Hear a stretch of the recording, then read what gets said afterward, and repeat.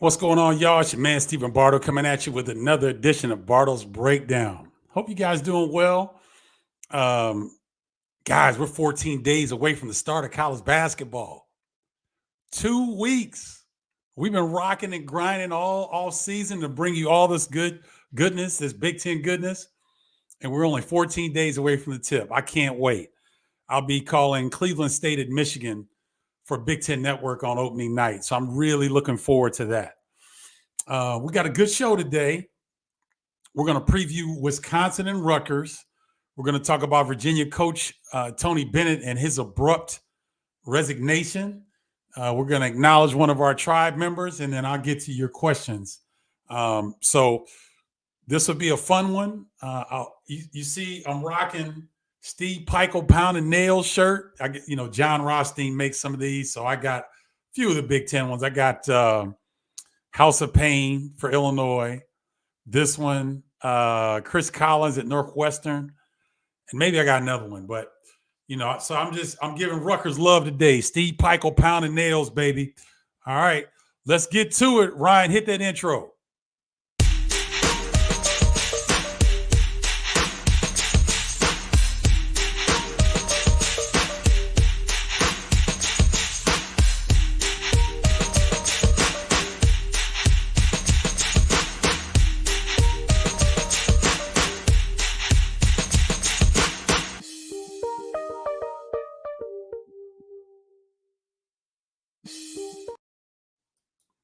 All right, well, let's get into it. So we've got the Wisconsin Badgers, and this is a team that, to me, guys, can be an X factor in the Big Ten all season long. Why? Because they've been paying attention to Bardo's breakdown over the summer when we talked about Wisconsin. They have 10 juniors, seniors, or grad players. So they're one of the oldest teams in the conference. I believe Minnesota may be, but Minnesota's got so many transfers that they don't have the continuity that Wisconsin has.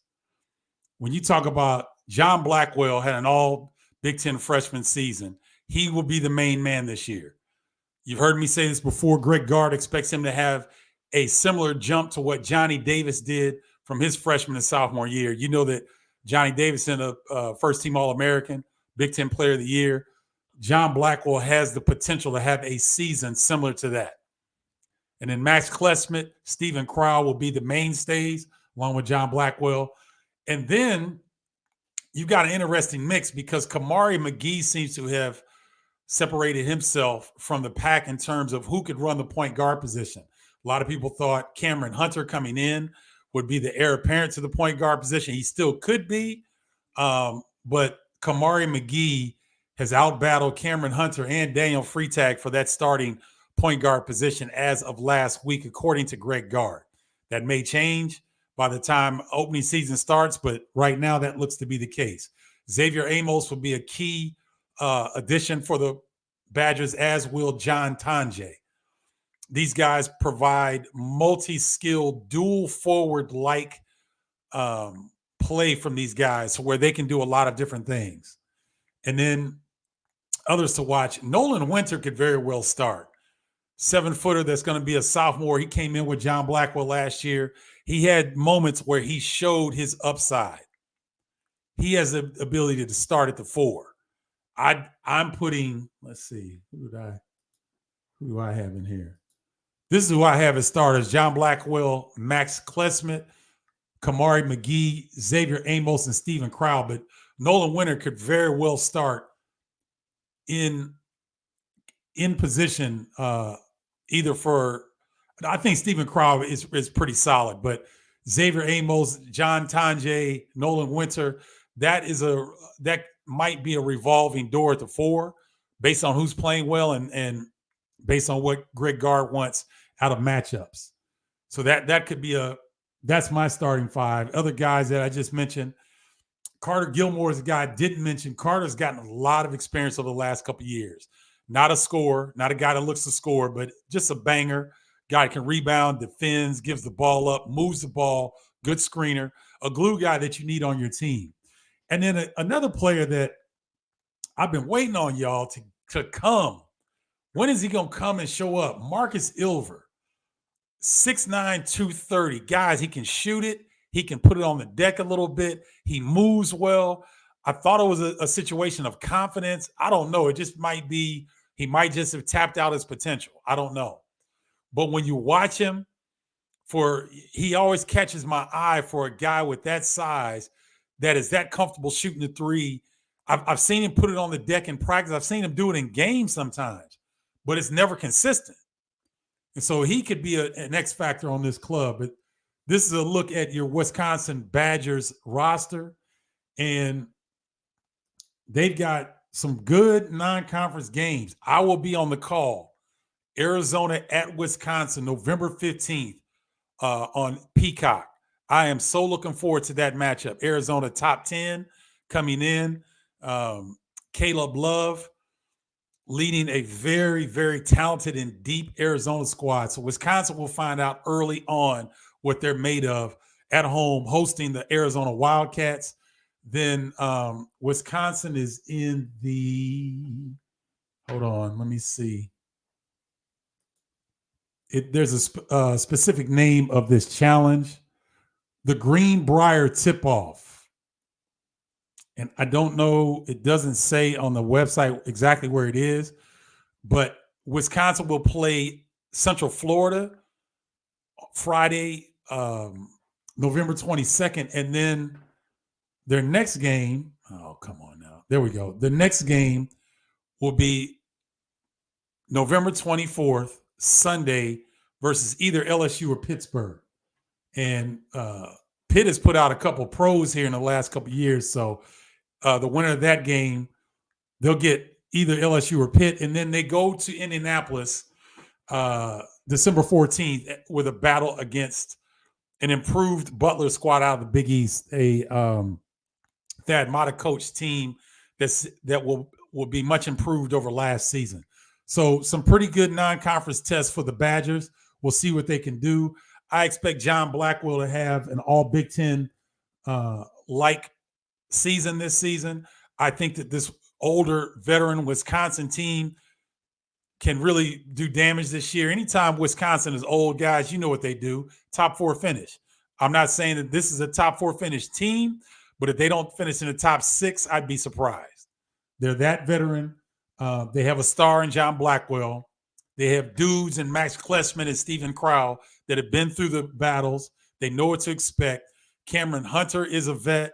Xavier Amos had some good seasons at Northern Illinois, as did John Tanjay at Missouri and Colorado State.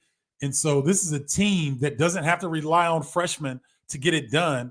And I think that veteran experience, along with Greg Gard and what he can do with a veteran ball club, I think they could be a surprise team in the Big Ten this season. All right, moving forward to the Rutgers Scarlet Knights. This team to me has more anticipation and excitement than maybe any team in the Big Ten Conference. Ace Bailey and Dylan Harper. I think you guys, for those of you that did not see the St. John's exhibition game, it was entertaining, high scoring. Ace Bailey and Dylan Harper combined for 45 points. I believe Ace had 25, Dylan had 20. And when you look at them guys, they're the real deal. Those two, Dylan Harper, Ace Bailey, we've been talking about them all summer long, projected lottery picks in the 2025 NBA draft. But Jeremiah Williams is a baller. He'll be one of the better guards in the Big Ten. He showed it last season. He was able to escape injury, which had plagued his career up until last season. So hopefully he's ready to go. He's injury-free. He's a baller. Jeremiah can get you 20 on a given night if it's his night. So he may be able to take some pressure off of Ace Bailey and Dylan Harper when things aren't going their way, or if defenses are loaded up on them, Jeremiah Williams can get it done. PJ Hayes, now, we talked to Brandon Knight, associate head coach at Rutgers, over the summer. He smiled when talking about PJ Hayes and his competitiveness and aggressiveness. And if you saw that scrimmage against St. John's, you start to understand why. He comes in as a shooter, right, at 6'6", being able to stretch the floor. but he's feisty. He gets after it on the defensive end. He's a guy that I think will really be a fan favorite of Rutgers, just how hard he plays and the fact that he can score and he can score in bunches. So he's one to watch out for. Emmanuel Ogbole will be the big man up front. Limited offensively. I don't think they should require a whole lot from him offensively. And then Jamichael Davis, who's put on 18 pounds in the offseason, will get the start at the point guard position. Other key players. We mentioned PJ Hayes. Jordan Deercack, who's not listed up here, is another guy who's extremely athletic, very competitive, and kind of fits that rugged Jersey style. Get downhill, try to dunk on you, is feisty, is confident. Between he and PJ Hayes, they bring a nice mix of nastiness to what Rutgers is going to have to bring this season, right? Tyson Acuff is a guy who averaged 23 points a game last season for Eastern Michigan. He can fill it up, can shoot it with range, can put it on the deck. Just a crafty guy, not crazy athletic, but just a guy that's crafty, gets you on his shoulder, can create space to get to the mid-range, can get to the rim and finish, can get to the rim and one, can shoot the three, can take pressure off the point guard. He can run the point guard position at times. So Tyson Acuff will be very, very key to what Rutgers is trying to do. The big man, Lathan Somerville, remember that name, Illinois native, is 6'10", and is a dog mentally. They talked, the Rutgers staff talked about having to dial him back because he's so physical, he's so aggressive. I believe Lathan Somerville will eclipse Emmanuel Ogbole at some point as a starting post player for Rutgers. Ogbole will get to start the season because he's big, he understands what Pikel expects. But when Lathan Somerville gets to that point where he's doing what Pikel wants him to do at the center position, ladies and gentlemen, look out, because he can score it. He can face up. He crashes the offensive glass. He's a guy with great length, and Rutgers has brought in players that they fit Pikel's mode. You see, pounding nails. They want to get after you. They want to get you in the rack, make it difficult, have the Jersey fans on top of you, and be very, very physical. Lathan Somerville is a kid that will be able to do that. Is a freshman. Watch out for him. Remember, I said his name, Lathan Somerville. He'll be a guy that will be a fan favorite with Rutgers fan base. Now, I only listed 3 games in Rutgers non-conference slate, and boy, are these doozies. They're in that Players Era Festival, as are the Oregon Ducks. So there's 2 Big Ten teams in that Players Era Festival. And so Rutgers is going to face Notre Dame November 26th, Alabama, preseason number 2, I believe, AP. Alabama on the 27th, the following day. And then they got Houston. Hold on. AP top 25 college basketball. I think Houston is 4. They're 3 or 4. Yeah, Houston's 4. So so in a span of 3 days, you get ACC, or a span of 1, 2, and over the course of about 4 days, you get an ACC opponent in Notre Dame, you get preseason number 2 Alabama, and you get preseason number 4 Houston in that stretch. That's an incredible stretch. And so Rutgers is going out, and they're going to find out very quickly what they're all about, right? So let me look at. I don't think the rest of their schedule is as daunting as that, because that would be crazy if that was the case. I don't know why this is not loading. All right, so they've got Seton Hall, They play Seton Hall at home. That's a good one. Princeton at the Prudential Center, kind of a never forget tribute classic right around Christmas. So yeah, they don't really challenge themselves. Well, Princeton and Seton Hall would be good games, but outside of that, they don't really need to challenge themselves too much outside of that player's first tournament because that's a beast. So Rutgers, in my opinion, would be one of the teams to watch. There's probably as much excitement around this group, this team, as any other team in the Big Ten Conference this season. That is your Rutgers Scarlet Knights, ladies and gentlemen. All right. So let's move on and go back. Let me go back here. Now, this, guys, I don't know if this caught you off guard like it did most people. Virginia head coach Tony Bennett retires abruptly, right? And so I'm going to pull up this AP article, and I'm going to highlight this. I'm going to zoom in on this, share my screen, and let me show you guys, because I want to point out some of the things that the media is doing here. Okay. Wait a minute. Hold on. Let me put this off. All right. Let me make myself way smaller. All right. So let me go up to the top. Tony Bennett cites NIL and transfer portal error as reasons he's suddenly retiring at Virginia. Okay. Now, I looked at myself and realized I am no longer the best coach to lead this program. Right?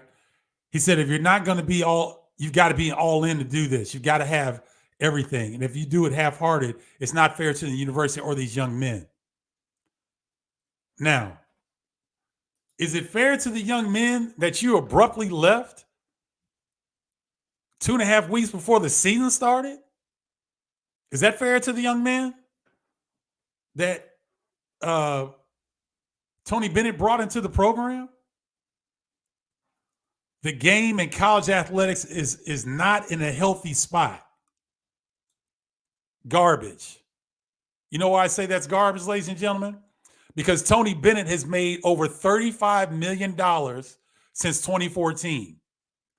The NCAA made $1.28 billion with a B, $1 billion last season. The game in college athletics is not in a healthy space. And there needs to be change, according to Tony. I think I was equipped to do the job the old way. What? The way when players weren't paid and you were exploiting players? That's who I am, and that's how it was. Right? Now, ladies and gentlemen, this NIL and this and the transfer portal, this has been in 3 seasons. We've been doing this for 3 years now. Right? Williams said Bennett told her of his decision on Wednesday morning, though he noted that the two had discussed the possibility at times over the past 3 years. Right? So why am I making such a big deal out of this? Because the narrative around this is that the game is screwed up. Not that the coaches made a mistake. Not that, not that the coaches have any kind of loyalty to the players that he brought into Virginia. And that 2.5 weeks before the season, you decide to retire. So now the players can't move. They can't go anywhere. Right? And I did a newsletter on this. So some of the people that may have saw the newsletter that I sent out earlier today know some of these talking points that I'm getting a little bit fired up about. Because again, is the game in a bad place when the NCAA pulls down $1.28 billion? And when Tony Bennett himself made $4.8 billion 2 seasons ago? He's collected over $35 million in the last 10 seasons, guys. Right? But all of a sudden, the game is not healthy. But you don't hear any news media, none, criticizing Tony Bennett for, one, his timing, and for two, leaving his players out to dry. This has got to change. This has got to change. Because once again, now that the game is trying to become more equitable for the players, now the game ain't healthy no more. Right?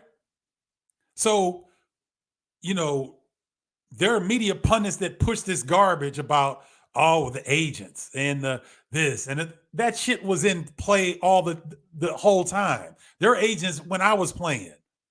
So miss me with that garbage, right? We have to get over these old ass narratives. The players are part of this system. They're a huge part of this system. Because if you don't have the players, Tony Bennett doesn't win a national championship.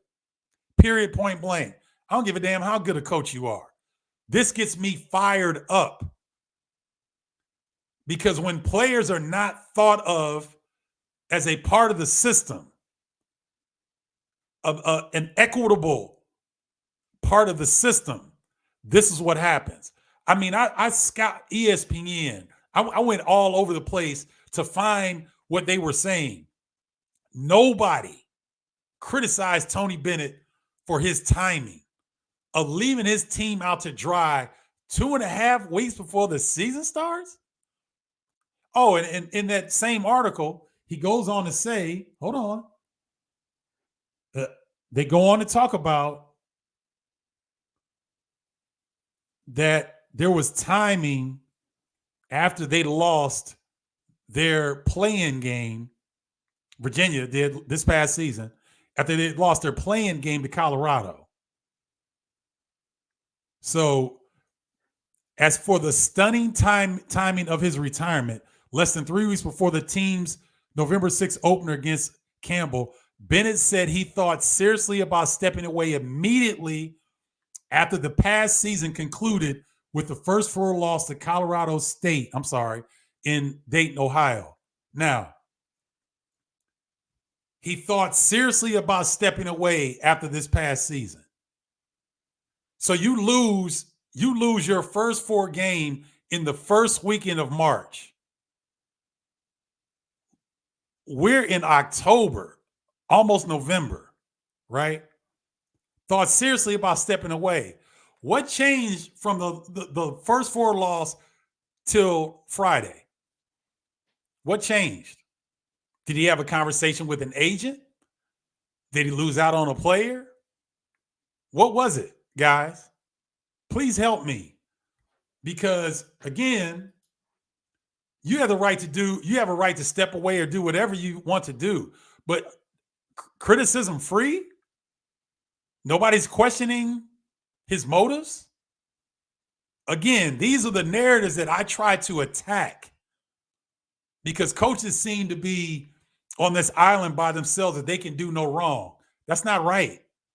They're a part of this system just like the players are.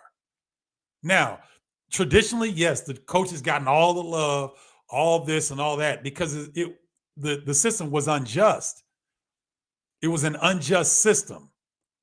So now that they're trying to unravel this unjust system that has been in place for decades, we need to unravel the media narratives around when coaches make these types of moves. I love Tony Bennett. I played against him. I know the dude. I think he's a hell of a coach. But Tony, damn, bro, you're a former player.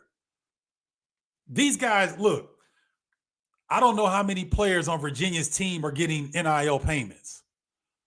But for someone like me, let's go back for a second. Let's say in 1989, the Flying Illini, we were getting NIL money, right? And so if I were to take my 10 years of my professional basketball career, I was arguably more marketable on the Flying Illini than I was as a professional ball player.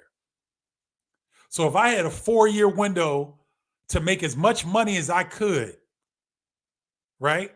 In that 4-year window, let's say I could have gotten $250,000 a year as a starting point guard on a Final Four team that was Defensive Player of the Year, all Big Ten guard. I think I could have gotten, let's just do some easy numbers, 250,000, right? And let's just say, for numbers' sake, that's over a 4-year period. That's $1 million.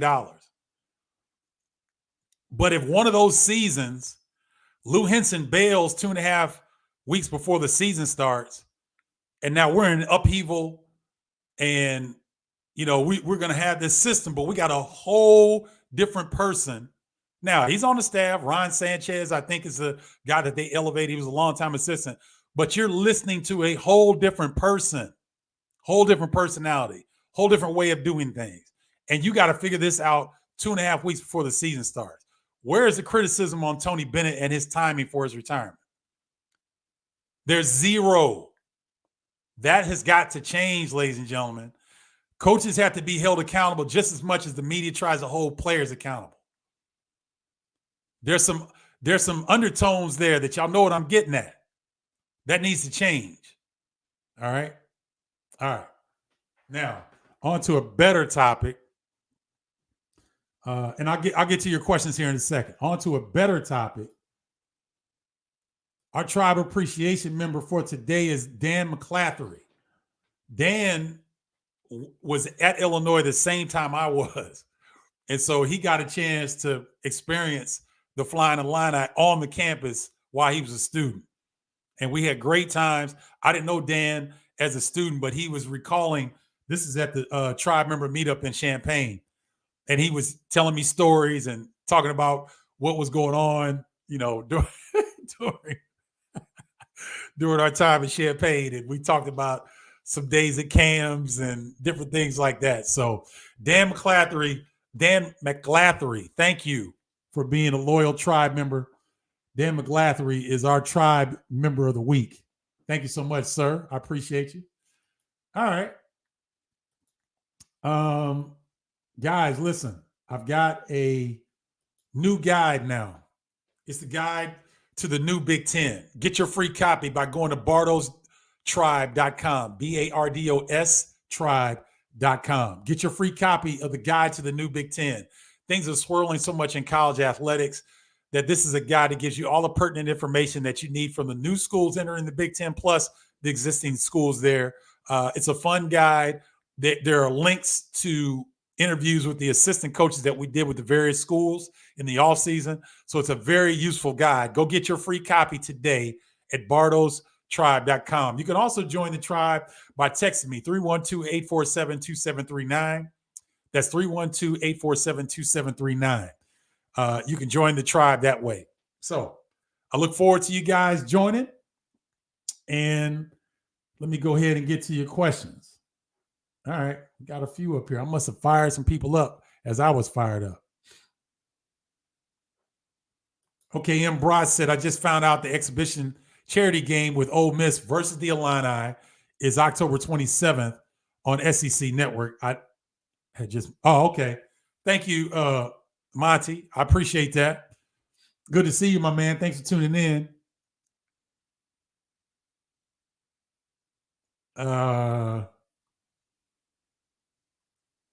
You talking about Jason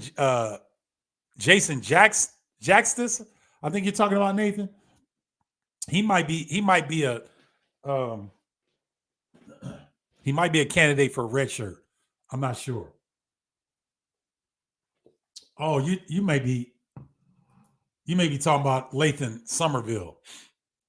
That may be who you're referring to.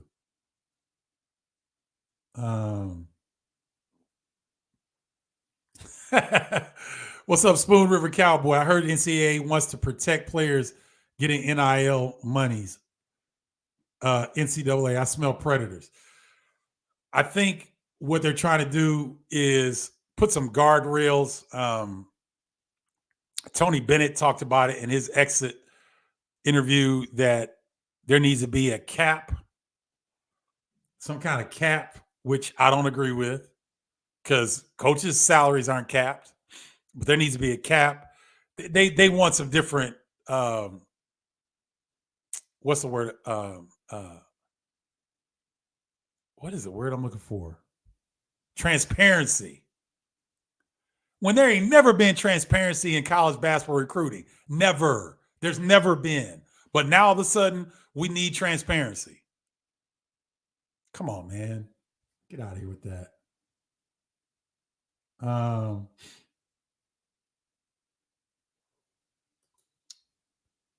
Hey, what's up, Carol? Good to see you. Thank you for tuning in. I appreciate your support.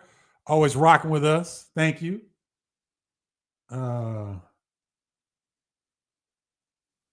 Okay, Kevin Lucas.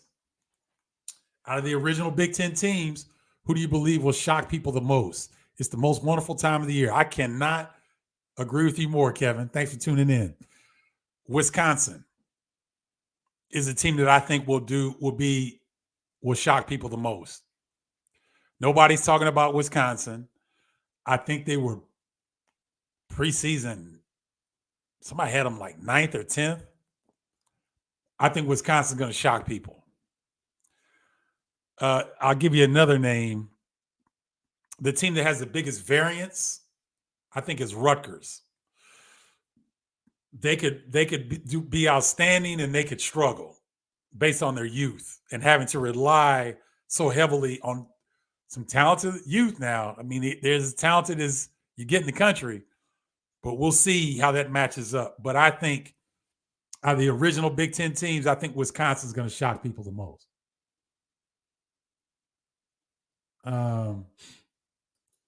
Thank you, Carol. I appreciate that.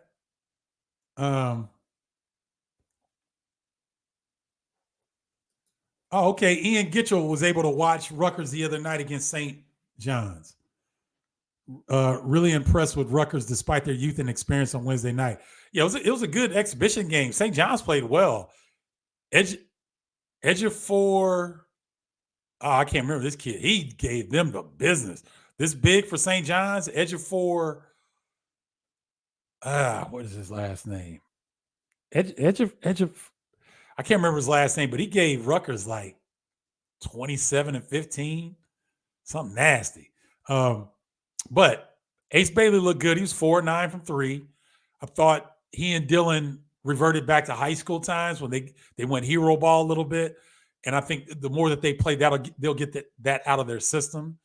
I think Jeremiah Williams is going to have to find his way and be a little bit more assertive. He was very passive in the times that he was on the floor.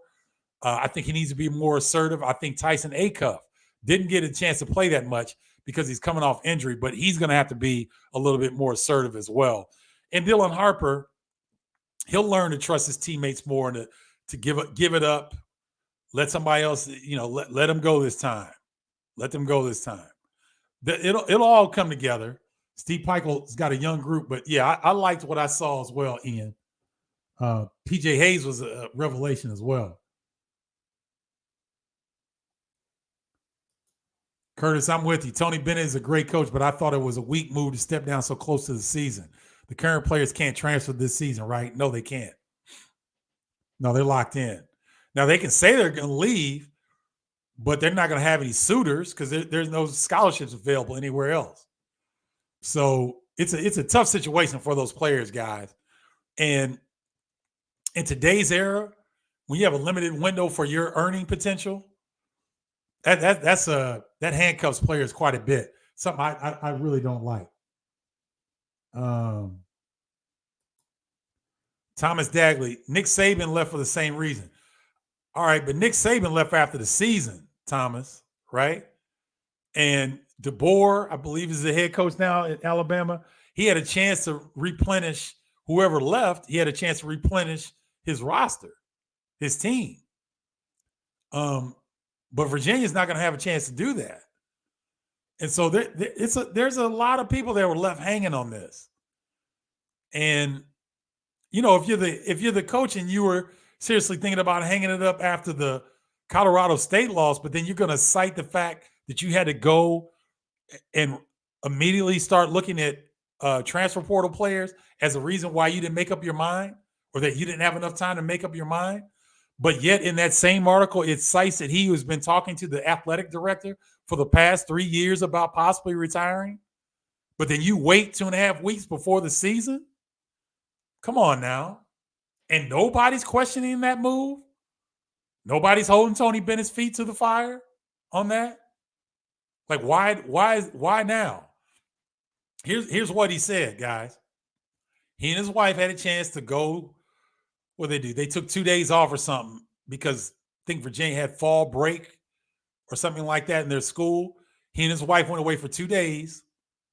And when he came back from that 2 days, then he decided to retire. Just you're leaving too many kids, you're leaving too many players out to dry.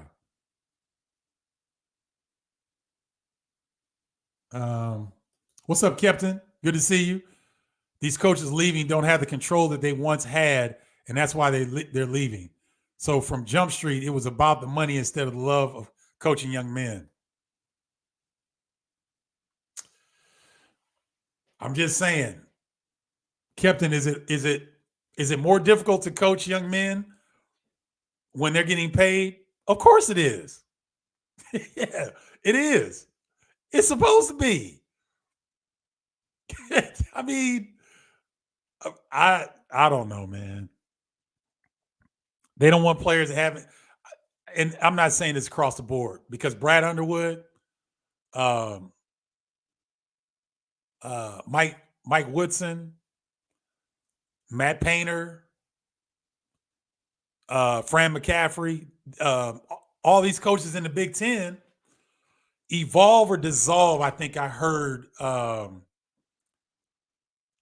who said that? I think it was a Georgetown coach, Ed Cooley.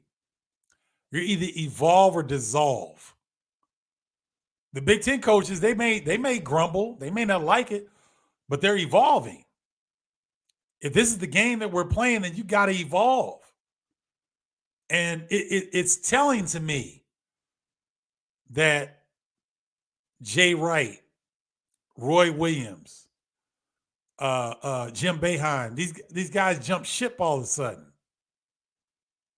And they're lauded for it. They were never questioned, Captain. Like, so you can't coach players who are getting the chance to reap the benefits of their labor? So you can only coach when you have the ultimate wrath hanging over someone's head? You find it difficult to motivate guys who are now getting paid? Interesting. Very interesting.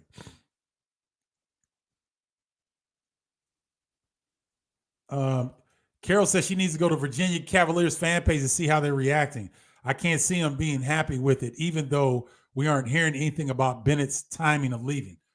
It would be interesting to see what their fan base is saying, Carol.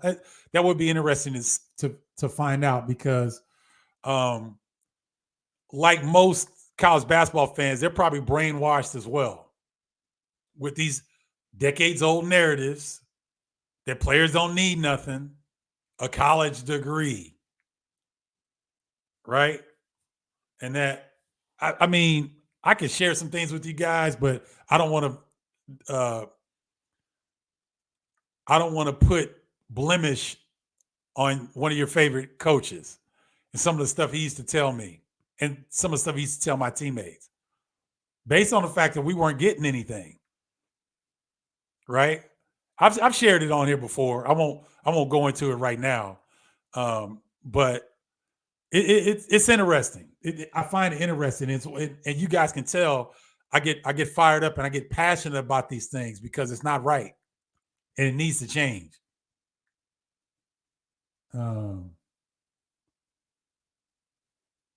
Let's see.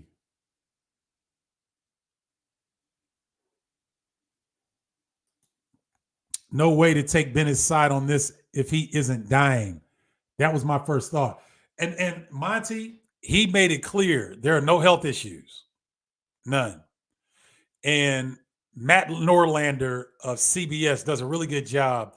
He was in Virginia for Tony Bennett's retirement press conference. And he spoke with Bennett afterwards for about 20 minutes. And Tony Bennett went on and on about what's wrong with college basketball. And I'm thinking, did any of your $35 million checks bounce?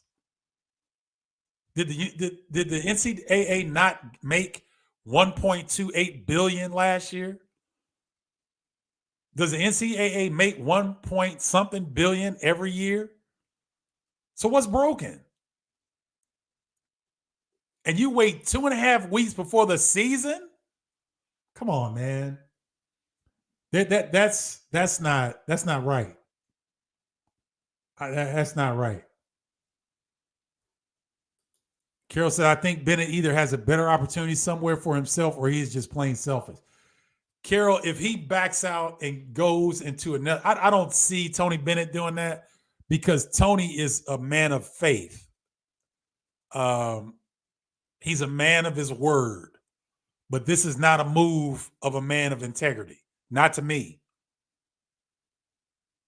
You could not bring yourself to coach these players that some of them are returning players and players that he's helped bring in. You couldn't bring yourself to make another $4 million to coach this season because the game is not in a healthy place. Like, somebody make it make sense. The game hasn't changed from the time that you lost to Colorado State in March. You had 6.5, 7 months to make this decision.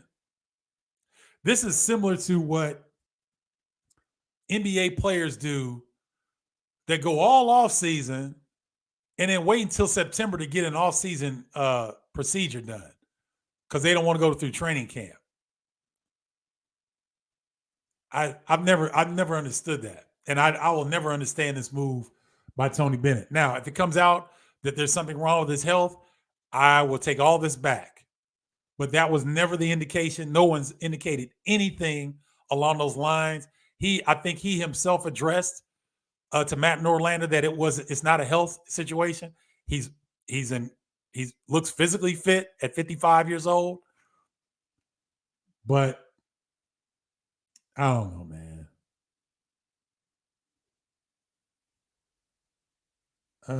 Let's see. Ian Gitchell says Bennett hasn't evolved with the times tactically on the court or off with the players getting the compensation they deserve.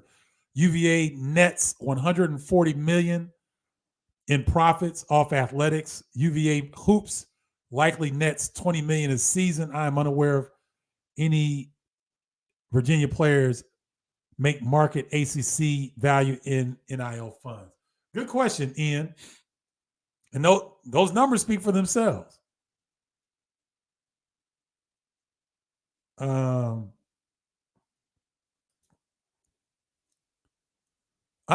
No, we played him, Carol. Tony was playing for his father, Dick Bennett, at Wisconsin Green Bay. And we played them once or twice. And me and Kendall gave Tony Bennett fits. Oh, we gave him fits. We got all over his behind. He's a good player too. Played in the NBA. But man, we gave him problems. So yeah, we played against him when he played for his father, Wisconsin Green Bay.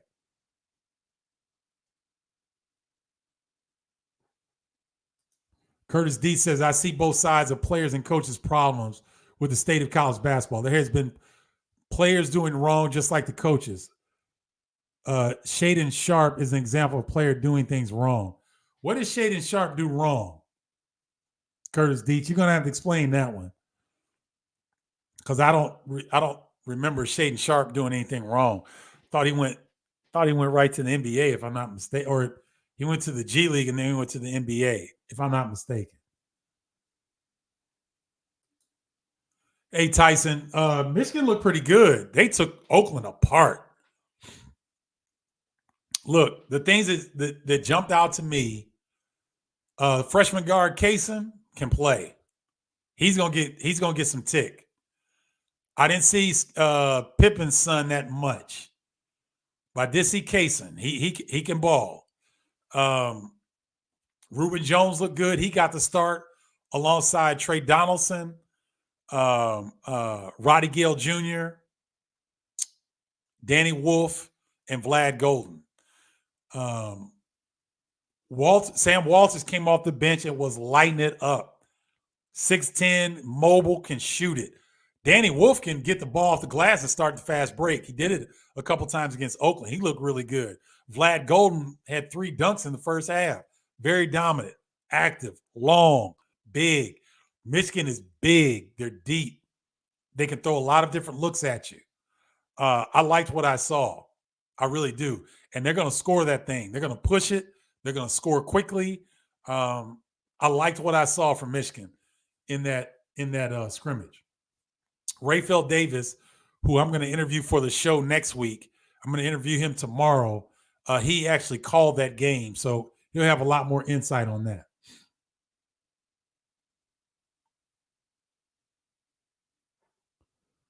Joe Stovall says he couldn't talk crazy to his players like coaches in the past. Coaches have lost their leverage, and they have to treat student athletes like adults. Even with NIL and transfer, players are still being relegated to a free agency system. The NCAA could have easily corrected this system years ago by making athletes employees of the universities that they attended, pay them fair wages, and provide benefits for them during their careers. They could have, Joe, but we know the deal on that. Thank you for tuning in, Joe, and thank you for your support of Bardo's Breakdown, my man. Joe is spot on. So now you got a coach without that leverage hanging over your head, right? What are your thoughts ahead of the Ole Miss game? I'm just curious to see what happens. When I was at practice, Kasparas Giacchionis was the best player on the floor. Will Riley made some really difficult shots. He looks good. His handle's a little shaky. Gonna have to tighten his handle up, but you can see the talent is there. I really like what I saw from Trey White and Ben Humrickhouse. I really like Tomislav Ivicic. I'm impressed with Ivicic. So I'm just looking to see how these guys gel against Ole Miss. That's the main thing. How long is it going to take them to gel? How long is it going to take them to figure out who's getting the ball down the stretch to put the ball in the bucket? Who's getting their numbers called? That's what I'm looking for.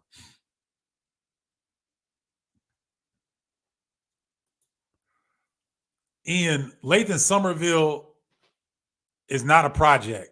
He's going to be able to contribute from day one. He's not a project. He's strong enough. He's big enough. He's skilled enough, and he plays hard enough to where he's going to be a factor this season for Rutgers. Ogbole is more experienced and more seasoned. He doesn't have an iota of the game that Somerville has. Emmanuel Ogbole has very limited offense. Lathan Somerville can play. He's not a project. He's going to play this season.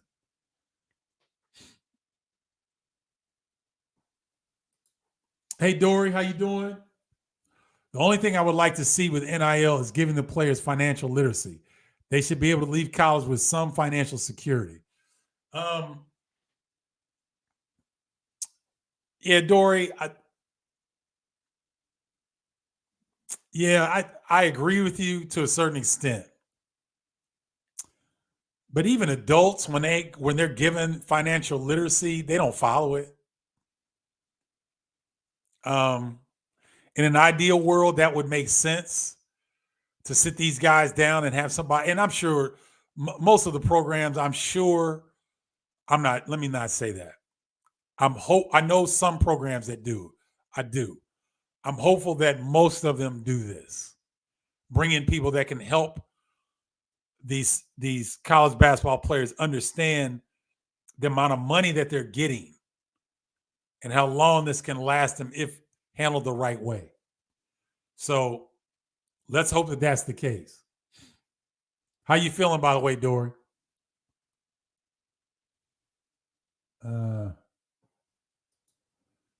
You fly, line, I fly. I don't know. We'll have to wait and see. I thought Jay Wright might move to the NBA, but he seems very content with his broadcast duties and responsibilities. Tony Bennett is younger, 5 years younger than Jay Wright when Jay retired. So will Tony maybe look at some broadcast opportunities? Possibly. I'm not sure. It'll be interesting. The timing's terrible. Zuby Ejiofor could be St. John's best complete. He was a handful in that scrimmage. He was giving them fits. Hey, Rich, I've been talking about Jackson Shellstad all season.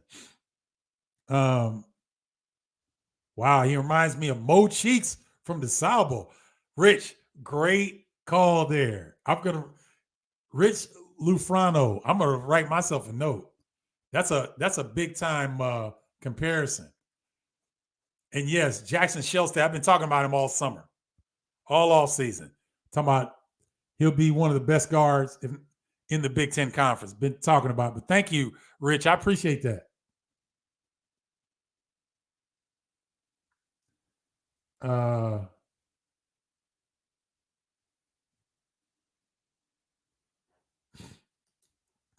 Thomas, I understand about paying players, but at some point, the money is going to change college athletics completely, and it should. Schools will be forced to drop non-revenue producing sports to subsidize the big two, football and basketball. But here's the thing, Thomas. Football and basketball pay for all the Olympic sports. I don't know that any Olympic sport operates on a profit in Division I athletics. Football and college basketball have been paying for athletic departments from the inception of the NCAA. So schools that will be forced to drop non-revenue producing sports, those should be at the club level anyway. Once programs started making money off athletics, then there should have been a differentiator between the revenue producing sports and the non-revenue producing sports. The non-revenue producing sports can be club level teams. And the revenue producing sports like UConn women's basketball, Tennessee women's basketball, like Wichita State's baseball team, I think they draw or used to draw really good. These baseball programs that draw really good, that can generate a profit. Cool. But it should have been this way the whole time. I get Title IX. I understand what it's for, and for the way that college athletics was structured at that point, cool, fine. But the fact that the money is going to change college athletics, it was going to do that anyway, Thomas. It was an unsustainable model to begin with. So the fact that there will be casualties, okay, that's the reality in the world that we live in. I'm not saying that I feel good about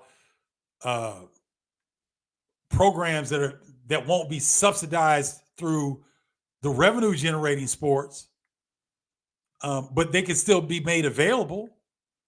They can still compete in the conference if the schools so choose to set it up that way. But this is the reality of things. This is the new reality.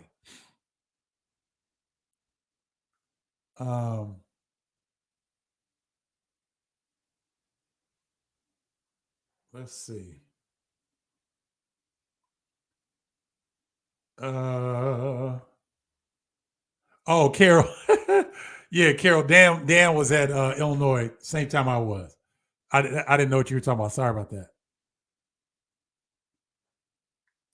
Brandon, I'm not sure, but most big time programs that have potential NBA prospects, they all hold pro days. So I don't know when it was, but I'm sure.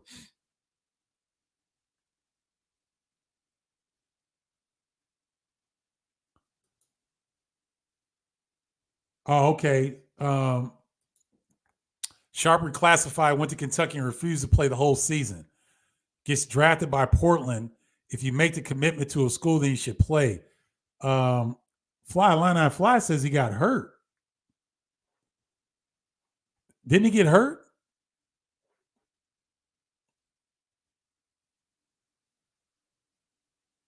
Oh, okay. Oh, F your mother says Shaden Sharp decided not to play for Kentucky for no reason.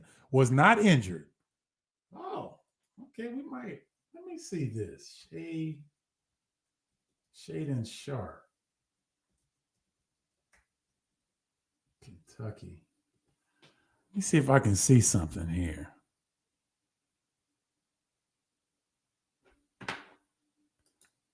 Okay, so why didn't he play at Kentucky? Let me blow this up so you guys can see this. Let's look at this together. This is a Sports Illustrated article. And let me share my screen.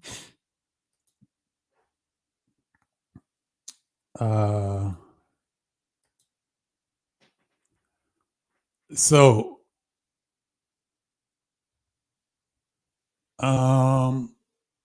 Sharp said he was looking forward to the NBA all the way. Getting my body right, getting a little bit stronger, a little bit bigger. My mindset was get my body right.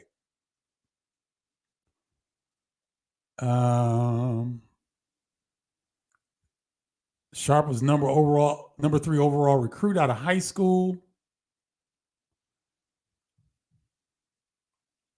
So according to John Calipari, Shaden has been a great teammate. Let me highlight this. Shaden has been a great teammate and has handled everything that comes with being a college student athlete the way he should. Calipari says, since he arrived on our campus, he's been an integral part of our program. He's already registered for summer and fall class, but we support the decision to explore every option and make the best decision for his future based on all the information he can receive. All right. So you guys think that was not what he needed to do. Okay. Well, maybe he didn't handle that right. Right? That's one player out of I don't even know how many there are. But okay, I'll give you that. So we got Tony Bennett and we got Shaden Sharp. All right. Curtis Dietz, how will NIL go if players decide not to not play in bowl games or any meaningless postseason games? Well, at that point, Curtis, different people get NIL monies structured certain ways. But at that point, if you're a football athlete and you're a football player, their representatives are savvy. They know that there's a possibility that at the end of the regular season, players may not want to play in those games based on what they're projected to be in the NFL. That's a reality of our day now, our game. So that doesn't apply to college basketball players. But I don't know.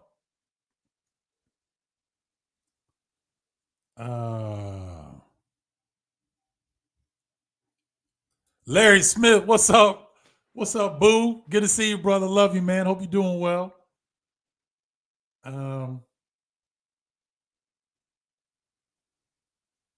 Let's see. That's right. Congratulations on Dan being Tribe Member of the Week.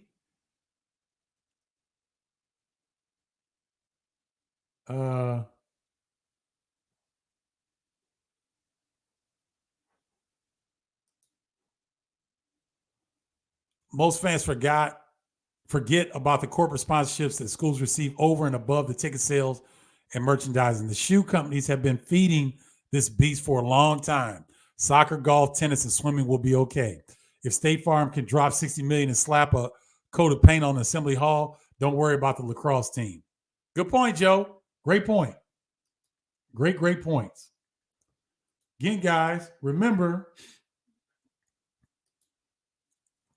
there's a free guide to the new Big Ten. Go to bardostribe.com, BARDOS tribe.com to get your free copy. It's free, guys. Or join me via text 312-847-2739. Now, I know I went through a little bit, but we talked about Wisconsin's roster, Rutgers roster. We talked about Tony Bennett, Dan McGlathery. Congratulations on being our tribe member of the week. Thank you guys for tuning in. I appreciate your spirited conversations and all the information that you share. Let's work to get this narrative right and hold these coaches accountable for making decisions that really impact a lot of people. Not to say that he couldn't retire. Retire after you lost to Colorado State, Tony Bennett. That's all. I respect the guy. I respect him as a coach. I respect him as a former player. I did not like the fact the media did not hold his hand or feet to the fire on this decision. All right. So I'm going to leave you with that. And only 14 days away, y'all. I cannot wait. Sign up for the newsletter, guys, because I'm dropping some gems in that newsletter, and we're gonna have a ramp up to the start of the season. 14 days away, Cleveland State at Michigan. I will be there 2 weeks from tonight, y'all. All right. So let's get it. Until next week, holla, y'all.